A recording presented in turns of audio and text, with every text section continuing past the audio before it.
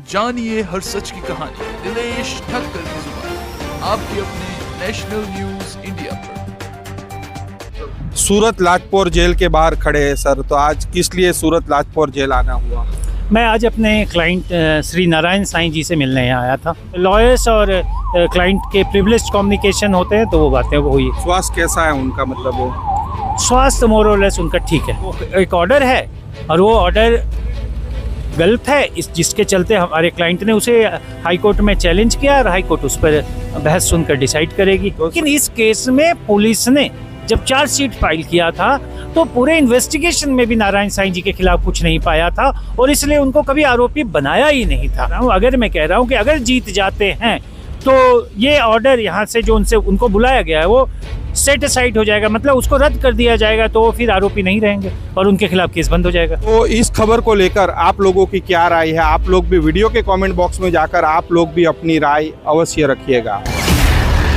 सूरत Lajpore jail के बाहर खड़े हैं सर, तो आज किस लिए सूरत लाजपोर जेल आना हुआ? मैं आज अपने क्लाइंट श्री नारायण साईं जी से मिलने यहाँ आया था।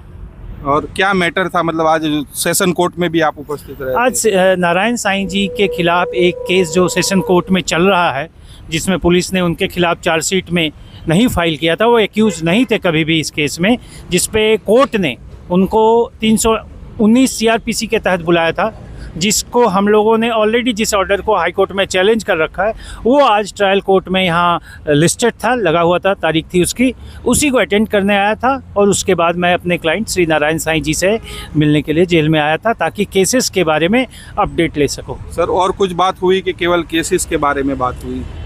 नहीं, केसेस के बारे में भी बात हुई, आगे फ्यूचर में केस में क्या कौन कौन केसेस में क्या क्या करना है उस संदर्भ में भी बात हुई, उनके जेल में किस तरह से हैं उस विषय में बात हुई। बाकी लॉयर्स और क्लाइंट के प्रिविलेज्ड कम्युनिकेशन होते हैं, तो वो बातें वो हुई। स्वास्थ्य कैसा है उनका? मतलब वो स्वास्थ्य मोर और लेस उनका ठीक है। तो सर ये जो केस है, मतलब जैसे आपने बताया कि हाई कोर्ट में भी पेंडिंग है, तो ये कौन सा वाला केस है सर? ये विटनेस अटैक केस जो उनके खिलाफ केस था जिसमें उनको कन्विक्शन हुआ है, उसमें कुछ विटनेसेस ने आरोप लगाया है, अभी वो आरोप है कई लोगों पे कि उन लोगों ने उन पे जानलेवा हमला किया है। तो पुलिस ने उसमें इन्वेस्टिगेशन किया था, नारायण साईं जी को उसमें आरोपी नहीं बनाया था। तो जैसा आपको मैंने बताया कि कोर्ट ने 319 प्रोसिक्यूटर के एप्लीकेशन पे उनको बुलाया है, वही केस आज ट्रायल पे है, witness attack case, alleged witness attack case. Sir इसमें कहीं पर भी एफआईआर में भी कहीं जिक्र नहीं था नारायण साईं जी का नाम, तो कैसे मतलब ये केस में उनका नाम आया वापस? देखिए, एफआईआर में नाम ना हो फिर भी इन्वेस्टिगेशन में अगर कुछ आता है तो आरोपी बनाया जा सकता है जिसका एफआईआर में नाम ना भी हो।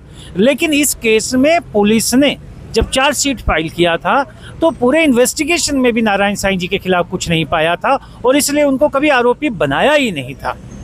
तो कोर्ट ने बनाया है तो वो एक ऑर्डर है और वो ऑर्डर गलत है, जिसके चलते हमारे क्लाइंट ने उसे हाई कोर्ट में चैलेंज किया और हाई कोर्ट उस पर बहस सुनकर डिसाइड करेगी। तो सर कौन सी डेट है मतलब हाई कोर्ट की और यहाँ सूरत की वापस? देखिए, यहाँ सूरत पे तो अब 26 फरवरी तारीख लगी है अगली, क्योंकि उसमें एक आज कोर्ट से पता चल जो एक नए आरोपी को गिरफ्तार किया है और उसके कॉग्निजेंस का प्रोसेस चल रहा है और वो सेशन में कमिट होगा जो इन्हीं केसेस में आरोपी हैं। तो तारीख लगी है 26 फरवरी 2026 और रिवीजन पिटीशन जो साईं जी को आरोपी के तौर पे बुलाया गया है उसके खिलाफ जो अपील है रिवीजन में हाई कोर्ट में, गुजरात हाई कोर्ट में, उसमें तारीख लगी है 10 फरवरी 2026। हाई कोर्ट में अगर हाई कोर्ट मान लेता है कि भाई नारायण साईं जी का नाम इससे हटाया जाता है तो कि यहाँ सूरत के अंदर उनके ऊपर जो ये मुकदमा चल रहा है वो बंद हो जाएगा? हाँ, अगर नारायण साईं जी रिवीजन पिटीशन जीत जाते हैं, और ये मैं कह रहा हूँ, कयास नहीं लगा रहा हूँ, अगर मैं कह रहा हूँ कि अगर जीत जाते हैं तो ये ऑर्डर यहाँ से जो उनको बुलाया गया है वो सेट असाइड हो जाएगा, मतलब उसको रद्द कर दिया जाएगा, तो फिर आरोपी नहीं रहेंगे और उनके खिलाफ केस बंद हो जाएगा। सर जानिए हर सच की कहानी दिनेश ठक्कर की जुबान आपके अपने नेशनल न्यूज इंडिया